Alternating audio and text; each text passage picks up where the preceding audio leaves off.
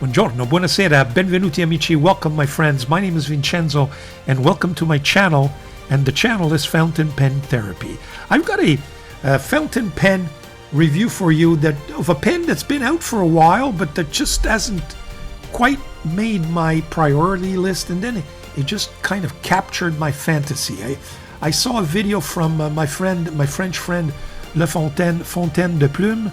He reviewed one of these Mont Blanc Bohemian pens, and yes, Majohn has managed to copy yet another Mont Blanc pen. It aroused my curiosity, and I said to myself, before I actually ordered the real thing, let me take a look at this copy. Let me see if it kind of, does it do anything for me? And you know what, folks? You'll be surprised. I certainly was. Stay tuned. Here is the Majohn X1.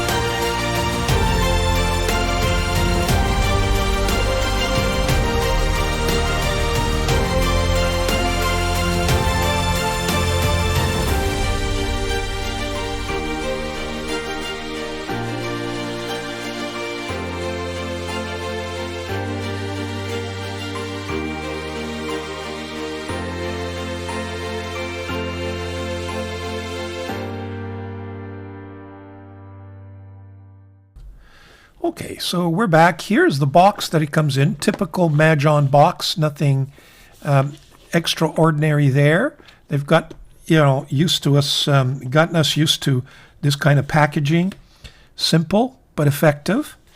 Let me turn that around. First of all, this is the first time I see Majohn cartridges in one of the pens that I've ordered, because this pen is a cartridge ink system and nothing else. So there you have it. The cartridges have been provided. It is the X1. It provides very nice instructions on how to use the pen and how to fit the new cartridge. It took me a little while to figure it out, but had I followed the instructions, it would have been much simpler. So if you're going to order this pen, take a look at the instructions. Very, very well done. There you go. Moonman, Majohn, one never knows, but it may be Moonman actually. So there, because it came out some time ago. Here is the pen. Now, let me just put the packaging aside. First thing you notice is how small this pen is. It is really puny. And we'll do some pen comparisons in a second. So it's not very big.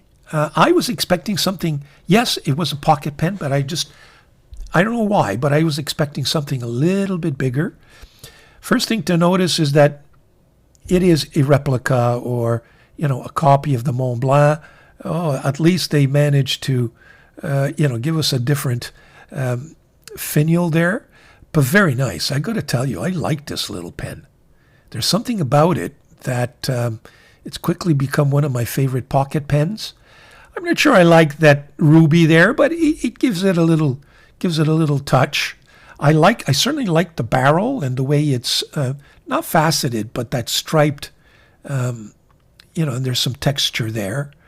The finial, we will see, is very nice as well. You'll see that there's some purpose to that finial in a second. So that's essentially it. Now, in terms of rotation, I'm not sure how useful that is, just because you'll see it's a retractable, so it takes quite a few turns to get that out. First thing I notice is that there's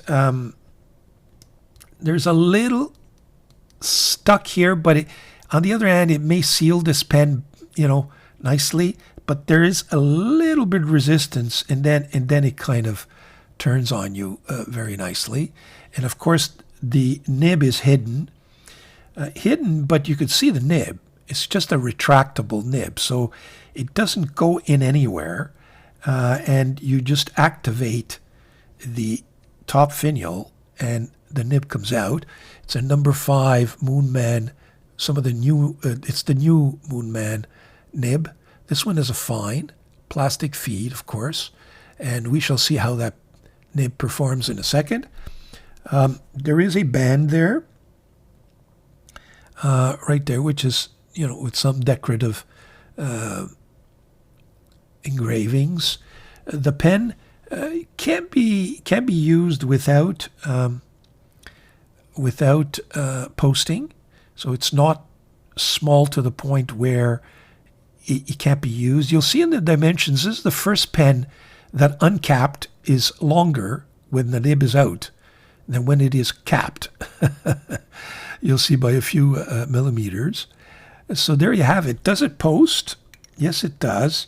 It has this screw cap, okay, that you screw it in, and it ends up being posted. It's not a perfect lined posting. In other words, if I put the nib straight, you see that this is slightly, it's not perfect. If I put it straight, then the nib is a little bit. So in my hands, this is straight, and you can see that the clip is slightly slanted downwards. I think it's better to use this pen posted. There's a little bit of weight there, but it kind of sits nicely in your hand. So at least mine, it's very comfortable. I wish that I could figure out how to make this clip land perfectly square with the nib. I'm sure there's a way to do it, but I've tried all kinds of things and it just doesn't work. And of course you can retract the nib this way, in and out, and but don't get the idea that the nib is completely hidden, because it isn't. Does this? Oh, my battery is finished. But as you can see, the nib is right there. So it's not. It doesn't go into a disappearing act totally. It just retracts. That's all it does. Okay, so that's that. Now let's take a look at and here too, it's not the greatest of screwing mechanism. It's not as smooth as one would like. Of course, this is how you charge. This thing must be very, very delicate. I got to be careful, because it just seems to me that if you just force it a little bit, it'll just break on you.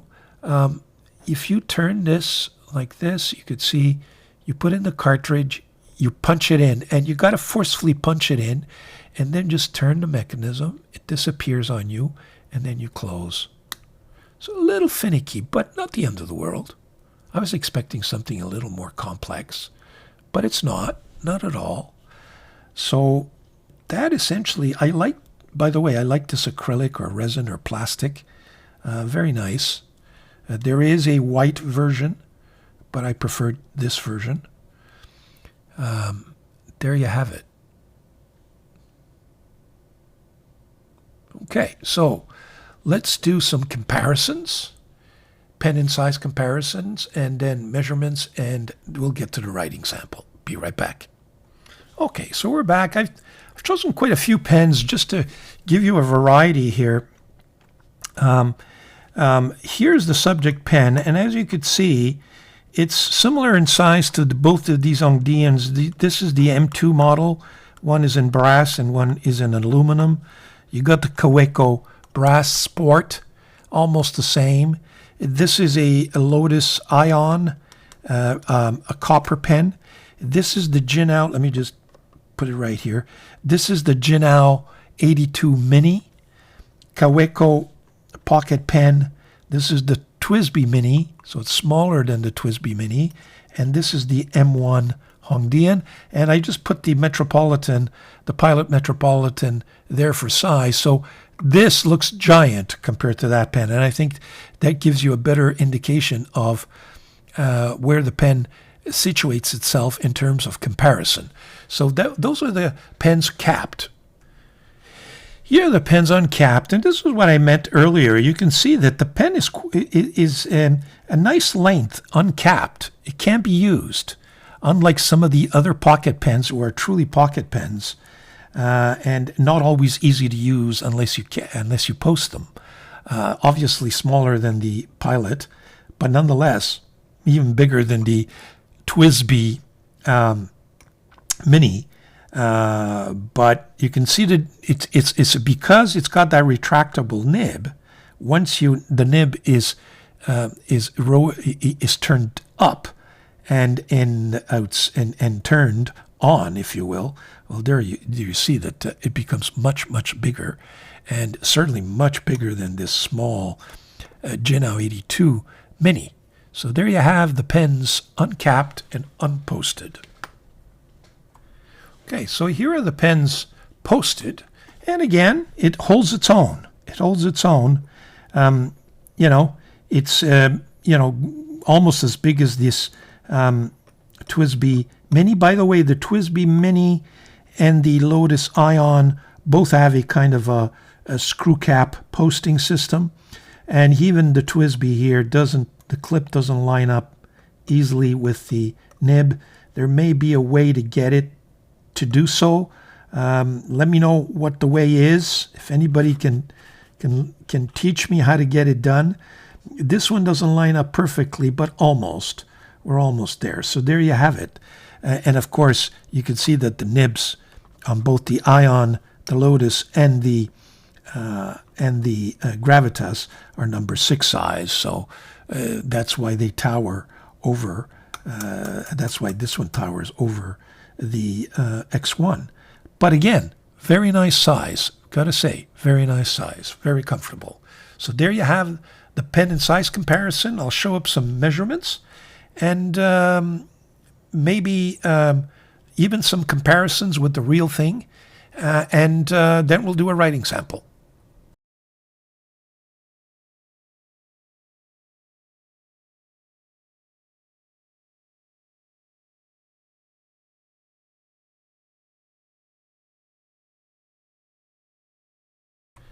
Okay, so we're back with the writing sample. Well, in terms of the ink, it's a black ink that's found in this Majohn, these Majohn cartridges. Again, I guess when these things are finished, you can always take a syringe and fill them up with whatever color you want. So I'm not a great fan of cartridges, but I gotta say that this one kind of, the cartridge inked the pen fairly quickly. So I've got 2 notebooks to share with you. I've got the Tomo River. This is an old Abunichi 2020. I buy these things when they're available, not for the dates, but just for the paper. And this is an Apica notebook that I reviewed this week, or on May the 11th. I shouldn't say this week because I'm not sure when this video will be published, but on May 11th, 2025 recap, you'll see that I reviewed the Apica notebooks. Very coated paper, as opposed to this is a Tomo River original, which is my favorite. So let's start with the Apica. So this is the Majohn X1, and it's the black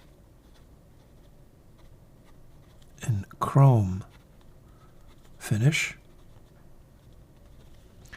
The nib is a Moonman number 5 steel, and it is a fine. It comes in fine and extra fine. The ink is just a Moonman Majohn, if you will, cartridge.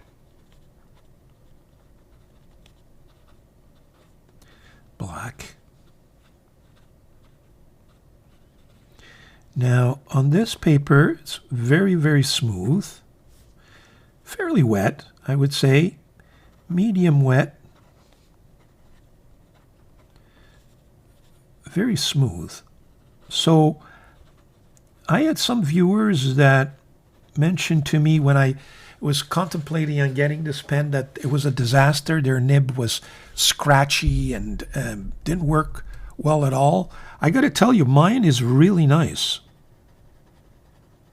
Very constant. So very consistent line. So for fast writing, as you can see, it just follows really nicely. All directions. The pen does cooperate nicely. Not an issue there at all. The reverse writing, very faint, but works. Very, very faint. Can you get some line variation? I'm not very good at this, but yes, you can get a little more ink if you push it, but I would say to you that it's a fairly stiff nib. Yeah, fairly stiff. Okay. Let's see how it writes on this Tomo River.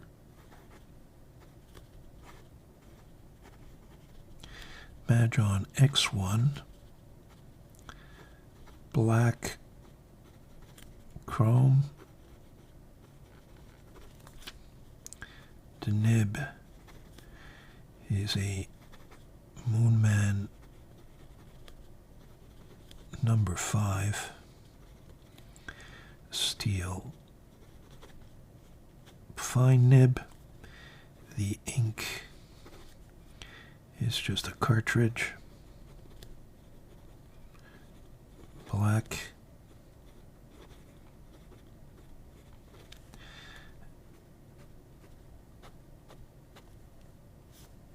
Yeah, medium, a little wetter, but not much. Still very smooth. Fast writing. Yeah, not an issue at all. Very nice nib, actually. Very nice. So both, I think on both papers, it functions pretty well. In terms of likes, running out of space here, but likes and dislikes. Well, dislikes, it's a copy. The build quality is like 50% here on build. Just the screwing mechanisms are a little, not the best, let's just say, okay? But I like the design of the pen, even though it may not be their design. I like the size. It's a pocket pen, yet it's big enough, if you know what I mean. So it's a big pocket pen when in the way that it functions. It's very comfortable. Nice writing experience. The nib is excellent, actually. I would give it an 8.5 on 10. Go-to, I would give it a 7.5. It's kind of a little bit finicky because you got to unscrew it and bring it in and bring it out. You know, I'm not sure how useful it is, but there you have it. I mean, still a very nice pen. Very surprised. I may actually, one of the viewers wanted to send me the original Mont Blanc to compare. I've not heard from the viewer since, but, and at the time that I'm publishing this video, I've not heard from the viewer back. But yeah, if the opportunity for me is, if he or she gives me that opportunity to review, we can compare the two, certainly. But it's an interesting pen. It surprised me, and I'm glad I added this pen to my collection. That's all I can say. Oh, value? Is it worth the 57 Canadian that I pay for it? I'm afraid not. not the value is not there. I really don't think they should charge $57 for a pen that is essentially a copy, and the build quality is not the greatest. What I built is that, this doesn't screw properly, it doesn't line up. I don't know how fragile this is going to be.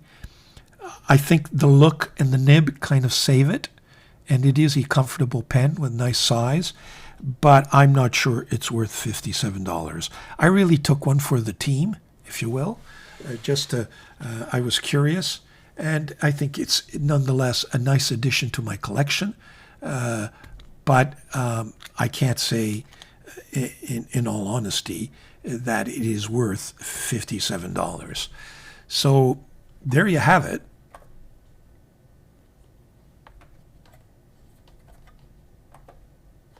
There you have it. I hope you enjoyed that. If you're thinking about getting this pen, there you have it. Be careful with the price. May want to wait until the price goes a little bit down, especially if you're going to add tariffs to this, or big delivery charge. Then it becomes maybe a $70, an $80, a $90 pen. And folks, I'm not sure it's worth that. I can tell you that I would prefer this Dieman brass pen over that one, that's for sure. And most of the other pens are worth, much less. Maybe not the Gravitas, but you can get yourself a nice little Dieman M2 for a lot cheaper, I would think. So there you have it. Thank you very much.